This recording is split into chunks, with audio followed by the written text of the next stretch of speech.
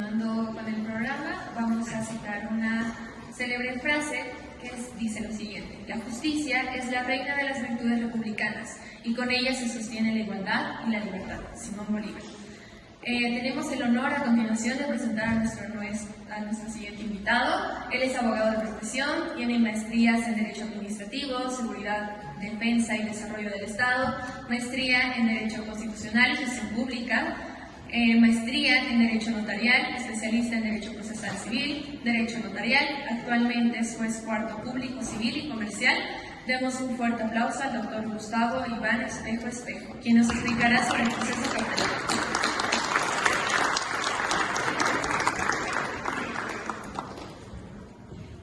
Con carácter previo también hacerle la antesala al doctor Espejo. Él tiene 24 años en la judicatura, comprenderán que es prácticamente medio siglo. Entonces yo les sugiero que puedan extraer los mayores conocimientos que él tiene. Realmente tiene vasta experiencia, sobre todo en el área civil, tiene mucha solvencia en cuanto a la destreza de los manejos de los procesos. Él ha podido visibilizar con los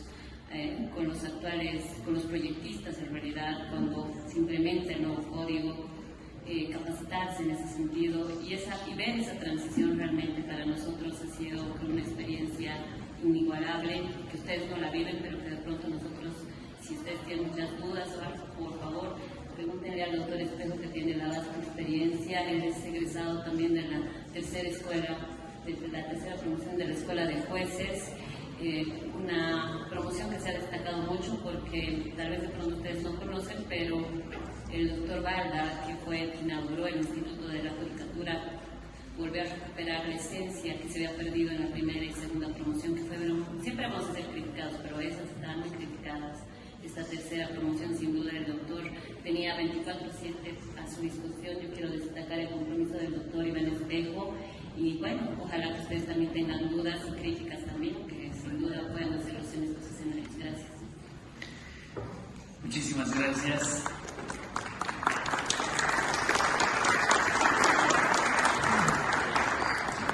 Bueno, sí, medio siglo, ¿no? Pasa rápido el tiempo, sin duda, y pensar que yo estaba sentado ahí con ustedes y ya pasaron 24 años al servicio del órgano judicial.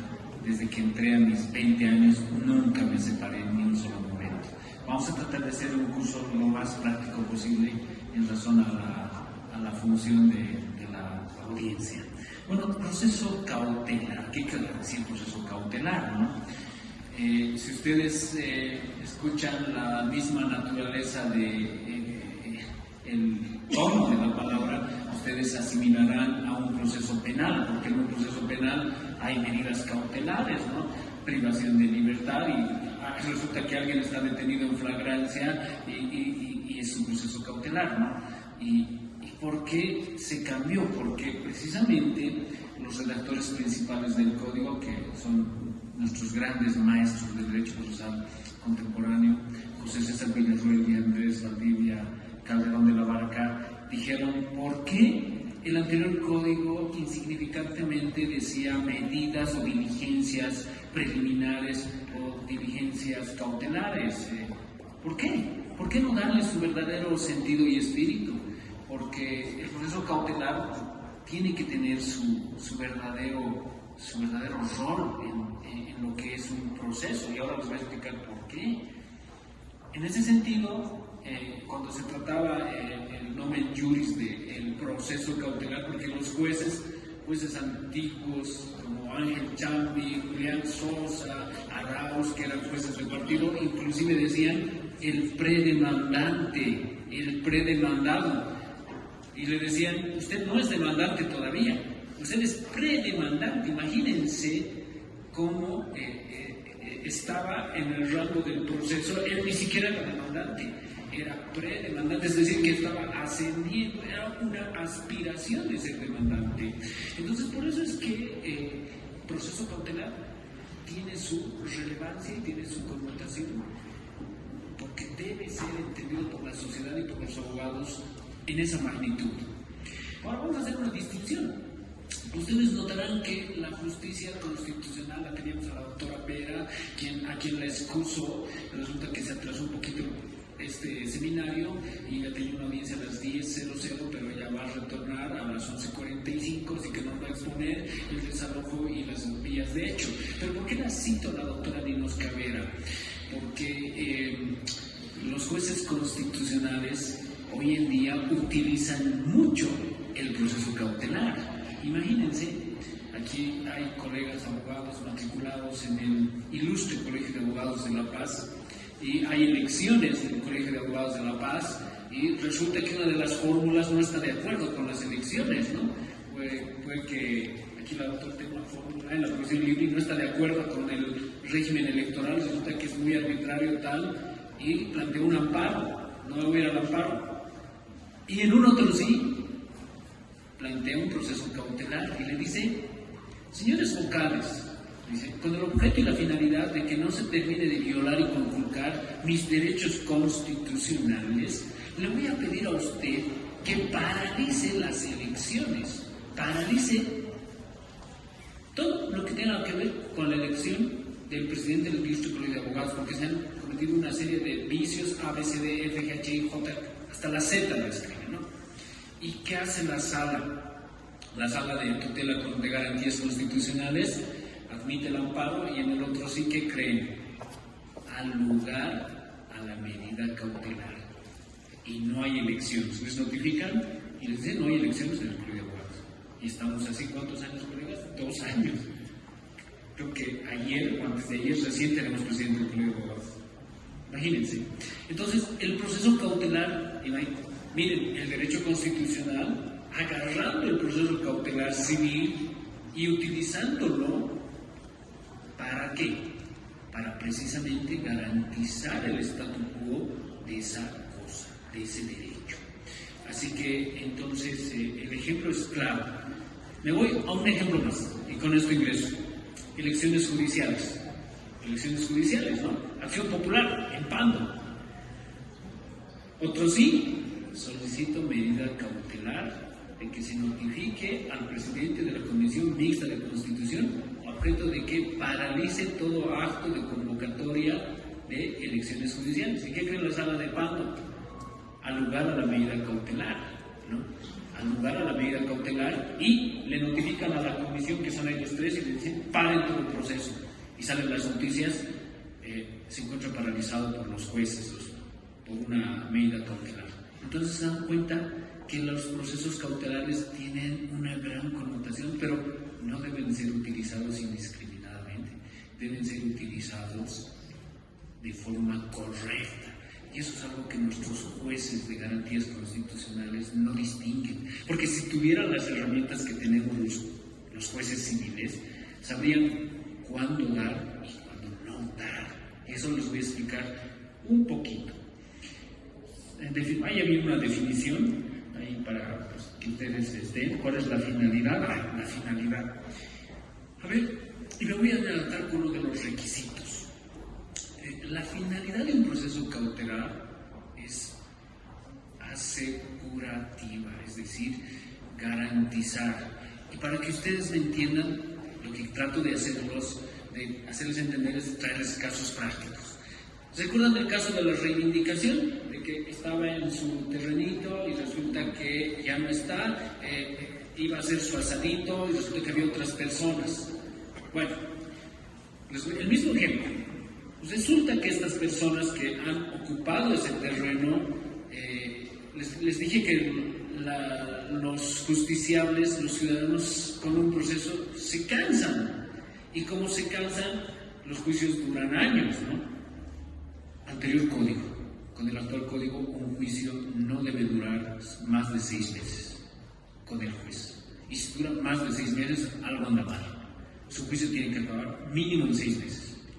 Entonces, resulta que el mismo ejemplo de la reivindicación, como el caso es largo, como el caso es grande, como se hicieron denuncias policiales, se hicieron avasallamiento y resulta que esa persona que había entrado a ese bien inmueble ya lo construyó, es más, tiene otro título tiene folio real, es más, sacó catastro de Palca, ¿no? Es en la zona sur típico, sacó catastro de la zona sur y de Palca, y tiene todo. Y el señor que le hace la reivindicación le dice, están en sede policial, en sede constitucional, y al último, recién después de 5 años, decide hacer el juicio civil. Mire, se ha cansado 3 años en la vía penal, se ha cansado 2 años en la vía constitucional, porque que te concedan un amparo, que vaya a Sucre y que vuelva, 2 años, 5 años, y después de 5 años decide hacer el juicio. Y resulta que el señor que se ocupó ese terreno, que también tiene título, y bueno, aludiendo a la doctora Bernal, resulta que no hizo exhibición, y si hizo exhibición, él fue y le digo, yo soy dueño, tengo título, aquí está, tengo catastro, tengo todo, tú no tienes catastro, le dice, ¿no? Yo tengo todo y tú no. Y créanme, resulta que este señor lo vende a una tercera persona y cambia de derecho propietario. Y estamos en el juicio de reivindicación, en rebeldía, todo va, ha ganado, y aparece en la apelación, y en la apelación le dice que incidente de nulidad nunca se me ha citado, nunca se me ha notificado, injudicando improcedendo en sus argumentos del recurso, va hasta la sala le confirma, va hasta Sucre, vuelve, y cuando quiere ejecutar la sentencia, resulta que en todo el decurso del proceso no había hecho un proceso cautelar. Si hubiera hecho un proceso cautelar en contra de ese señor, con una prohibición de innovar, con una prohibición de celebrar actos y contratos, o como una anotación preventiva, en el más caso alejado, ese señor nunca hubiera vendido. Pero como el abogado no fue tan cuidadoso, porque dijo, tengo papeles, yo soy el dueño, yo, y resulta que no se preocupó de paralizar la situación jurídica del bien inmueble de el que ilegalmente estaba ocupando. Entonces, miren con este ejemplo que les he dado, son casos reales. Porque cuando viene de Sucre queremos materializar la sentencia de reivindicación, y cuando le notificamos al señor con el desapoderamiento, resulta que él dice, yo tengo papeles, soy dueño y soy tal, ¿y qué hace el juez? Ustedes saben en las noticias que a uno que tiene papeles y otro que tiene papeles no lo pueden sacar, no lo pueden desapoderar. Y como no lo pueden sacar y no lo pueden desapoderar, hay que darle debido proceso. Pero resulta que este señor no fue demandado, porque el que fue demandado ya no existe, ya se fue, ya no está, ya lo transfirió, ya lo vendió, y la cosa juzgada tiene límites subjetivos y límites objetivos. Entonces, ¿cómo alcanzamos al señor? Y se dieron 2 formas. Uno, ejercitar los límites subjetivos de la cosa, es decir, la sentencia alcanza a los actos que deriven, a los actos posteriores de los que derivan. Segundo supuesto, se dio inejecutabilidad de la sentencia, es decir, que no se puede materializar la sentencia. ¿Por qué? Porque el señor nunca ha sido demandado, y que dice el artículo 115, 116 de la Constitución, que todo ciudadano boliviano debe tener un debido proceso y un derecho a la defensa. Bueno, hasta ahí les he hablado un poco de cómo en la vida práctica deben ser utilizados de forma correcta. Vamos a entrar con uno de los principios, que es verosimilitud. ¿Qué querrá decir? ¿Han escuchado verosimilitud? Bueno, Silvia Barahona nos dice que ella nos hizo una crítica fuerte a los procesos cautelares. Ella es de la escuela de Montero Arauca, que estuvo también en México, y fue grandioso verla en persona. Ella trabajó mucho por Bolivia, vino a Bolivia 4 veces, se quedó y nos hizo un comentario fatal al proceso cautelar. Es la única que nos dijo nuestras verdades, como Michel Tarufo nos dijo nuestras verdades con relación a la verdad material cuando estaba vivo. Y Silvia Barahona nos decía que la verosimilitud no es otra cosa que una buena apariencia de derecho. Y lo que nos decía la doctorita Fabiola Sáenz, nos decía que todo lo que ustedes digan en su memorial tiene un principio de declaración, y ese principio de declaración debe ser utilizado adecuadamente. Entonces, la verosimilitud es una apariencia de buen derecho, es decir, que yo, en esa presunción de buena fe, estoy utilizando esa verosimilitud. ¿Para qué? para ejercitar un derecho postulativo, restringir el derecho de alguien e imponerle una medida. ¿Y qué tiene que ver esa verosimilitud? El juez tiene que estar prácticamente convencido, en otras palabras, que le va a dar lugar a la demanda. Por eso, las medidas cautelares se caracterizan por ser fuertes, por ser constantes y por ser restrictivas. Porque si le vas a dar la razón y tú crees en lo que te dice el abogado y su cliente, entonces no estimarás en paralizar y restringir los derechos del adverso, ¿no? Y bueno, vamos a describir con este principio la principal medida cautelar que se utiliza. Muchos han escuchado el embargo, ¿no? Por supuesto, el Gobierno Autónomo Municipal de La Paz, gracias a la Ley de Autonomías y la Ley de Municipalidades, a quienes no pagan sus impuestos durante más de 5 años, a los que han vendido sus vehículos y nunca han cambiado el nombre y no han pagado sus impuestos, ¿qué ha hecho? Hace 2 semanas les ha congelado las cuentas. ¿Escucharon, no? Es más, se han ido a los parqueos y han secuestrado los vehículos que estaban ahí. Yo estoy subiendo 5 de la tarde por la Genaro San Ginés, hay un parqueo grande ahí en la esquina, y en ese parqueo estaban todos como 10 funcionarios con una grúa subiendo vehículos que ya tenían el rótulo de embargado. Pero estaban haciendo 2 cosas. Yo cuando pasé dije, embargo con desplazamiento o secuestro, dije yo. Bueno, me puse a pensar y dije, y en la alcaldía salió el comunicado de que, señores, paguen sus impuestos, y aquellos que no han pagado sus impuestos estamos congelando sus cuentas y estamos embargando, ¿no? Entonces, el embargo, así como el reconocimiento de firmas, es el proceso cautelar más utilizado. Y hay supuestos para el embargo. Y como es el proceso más utilizado, y es un proceso típico de lo que nos va a explicar nuestra colega sobre el cobro de obligaciones de derecho de crédito, el embargo, el documento tiene que tener un alto grado de verosimilitud, es decir, que tiene que ser un documento privado con reconocimiento de firmas y rúbricas, y una vez de que tiene ese reconocimiento de firmas y rúbricas debe expresar una suma de dinero, porque hay un principio en el derecho de las obligaciones que estoy seguro que ustedes ya lo saben: los bienes del deudor son la única garantía del acreedor, ¿no? Creerán que hace un mes vi una solicitud de, como no me paga mi deudor, señor juez, voy a pedir arraigo. ¿Qué les parece? ¿Será posible que un juez dé arraigo porque le deben dinero? Un abogado dijo que sí se podía. Y si un abogado piensa que le podemos arraigar a un ciudadano que no paga, entonces tendremos que resolver, tendremos que decirle por qué no procede el arraigo, ¿no? Pero créanme, esas solicitudes existen. Y es que no le podemos, a título de que le deben dinero, imponer medidas cautelares de orden personal. Juez que haga un arraigo, pues juez que viola derechos y garantías constitucionales, y un juez civil no puede imponer un arraigo. A lo mucho, ¿qué hará el juez civil? ¿Cuál será su máximo poder? Arresto de 8 horas. ¿Cuál será su máximo poder de un juez civil? A ver, ¿cuál será lo más que puede hacer, además de arrestar de 8 horas a un abogado que le falta el respeto, que le falta el respeto al contrincante, a la parte, al juez, al secretario que dice maleante y insiste? Entonces ciertamente esos poderes deberes tienen que estar limitados. Entonces, pero el máximo poder, como les decía, es el proceso cautelar. Es cuando no hay sentencia y resulta que sus derechos ya están limitados. Y se preguntan después, ¿por qué?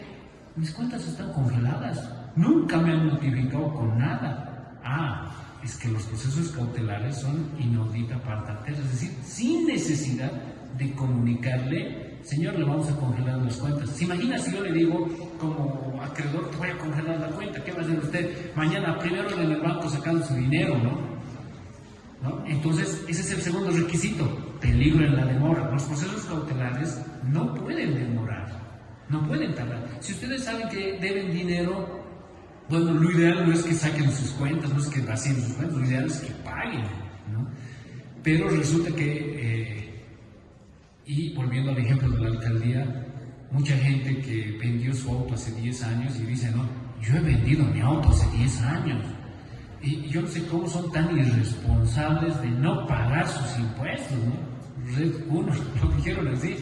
Y el periodista le dice, ¿y usted no hizo seguimiento de cambio de nombre? Le dice, no, señorita, yo le he dado poder y con ese poder él debería cambiar, yo ya le vendí. Le dice, ¿no? Entonces, pecamos de no celebrar nuestros negocios jurídicos de forma adecuada, ¿no? Y después están yendo a arreglar. ¿Qué tienen que hacer? Bueno, pagar sus impuestos, nada más. Pagan sus impuestos, se cogen a un plan y les descongelan, ¿no? Pero bueno, ahora, ¿cómo sucede el negocio de compra-venta a partir de esa iniciativa? Ya no venden con poder, ya no hacen eso, ya venden con transmisión obligatoria, ¿no? Y esa es la práctica que ya debió haberse corregido hace muchos años. Entonces, miren el gran poder, y les estoy hablando no del juez, la administración tributaria ya tiene ese poder.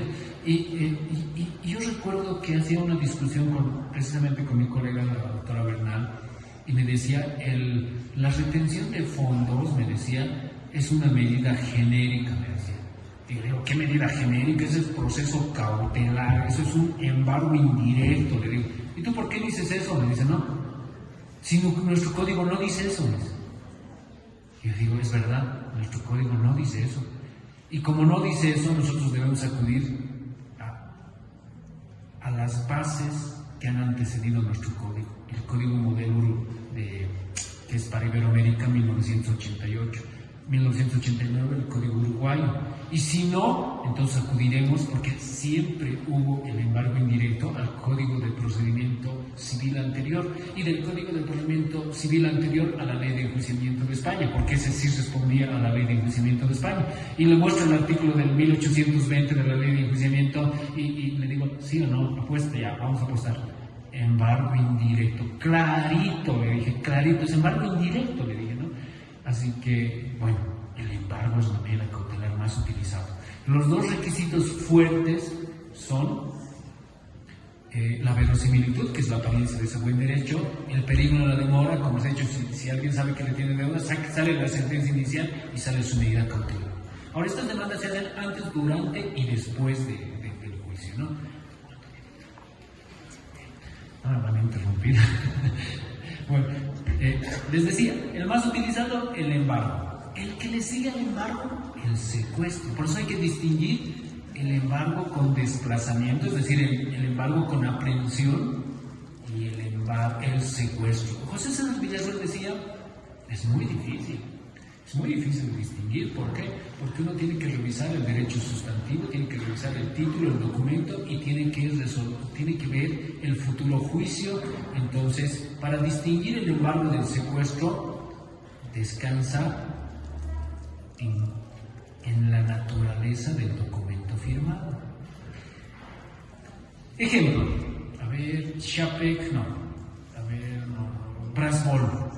Brasbol y cualquier, en la calle Armentia, por Colorados de Bolivia, verán ustedes que hay empresas que venden minibuses. Con 100 bolivianos, ¿sí? Y con un pie del 10%, usted saque su minibús, dice. Oh, les dan, ¿no? Yo 100 bolivianos hago en un día, ¿no? Es maestro chofer, me sacaré, ¿no? ¿Qué tipo de documento creen que firman? Firman un documento de préstamo de dinero o documento de compra-venta con pacto de rescate. Y como firman el documento de compra-venta con pacto de rescate, están celebrando el negocio jurídico, es oneroso, le ha dado el pie del 10%, el compromiso de pagar 100 bolivianos por día. ¿Y qué le dicen a este señor? Le dicen, el compromiso es de que me pague 100 bolivianos por día. Si no me paga un mes, usted ya está en mora. Y cuando ya está en mora, y como yo me estoy reservando la propiedad, puedo rescatarla a cualquier tiempo, en cualquier momento. Entonces vean cómo convencionalmente, artículo 450, 519 del Código Civil, ambos es fuerza de la ley entre las partes contratantes. Cualquier documento que se firme, como nos dijo, en cualquier documento doméstico, pasanaco, es contrato. Y como es contrato, tiene fuerza de ley. Entonces yo traigo ese documento y lo expongo al juez y le digo, tengo un documento privado de compra-venta con pacto de rescate. Y le pido secuestro. ¿Qué le dirá el juez? Le dirá verosimilitud. El documento tiene verosimilitud. Le dirá peligro en la demora.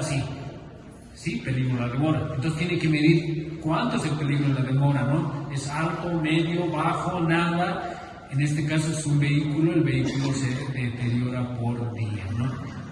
Está expuesto a que tenga accidentes, el vehículo está expuesto a todo, se deprecia por día.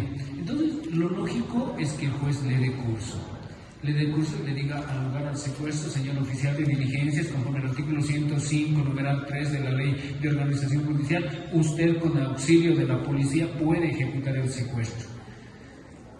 Y el demandado aún no sabe el demandado, porque estamos hablando de un proceso cautelar preliminar. Y resulta que va el oficial un día, lo agarra, pero ¿qué sabe el demandado? Sabe que no ha pagado. Va al oficial de diligencias y le dice, señor, le voy a notificar con este proceso cautelar y lo voy a secuestrar. O primero lo voy a secuestrar y después de secuestrarlo lo voy a notificar. Está haciendo una discusión. ¿Qué hacen primero? ¿Lo notifican o lo secuestran? El código dice, primero se ejecuta y después se notifica, ¿no? Entonces, va el oficial de diligencias, que es un estudiante de Derecho de tercer año vencido, y ese estudiante de Derecho que sabe las obligaciones y responsabilidades del código, va y ejecuta el secuestro, lo agarra, hacen todo el operativo, hacen inteligencia, con experiencia, por dónde va, el minibús, todo, hacen oficios a la NH más para averiguar dónde ha cargado gasolina, porque a veces los deudores también son muy maliciosos, se van a Viacha, al Alto, a trabajar y ya no están en este municipio, pero bueno, los buenos abogados hacen todo para averiguar el paradero del bien y resulta que van hasta Viacha y en Viacha van y ejecutan el mandamiento. Entonces, primero aprenden el vehículo y acto seguido, lo ideal es que le notifiquen con el proceso cautelar.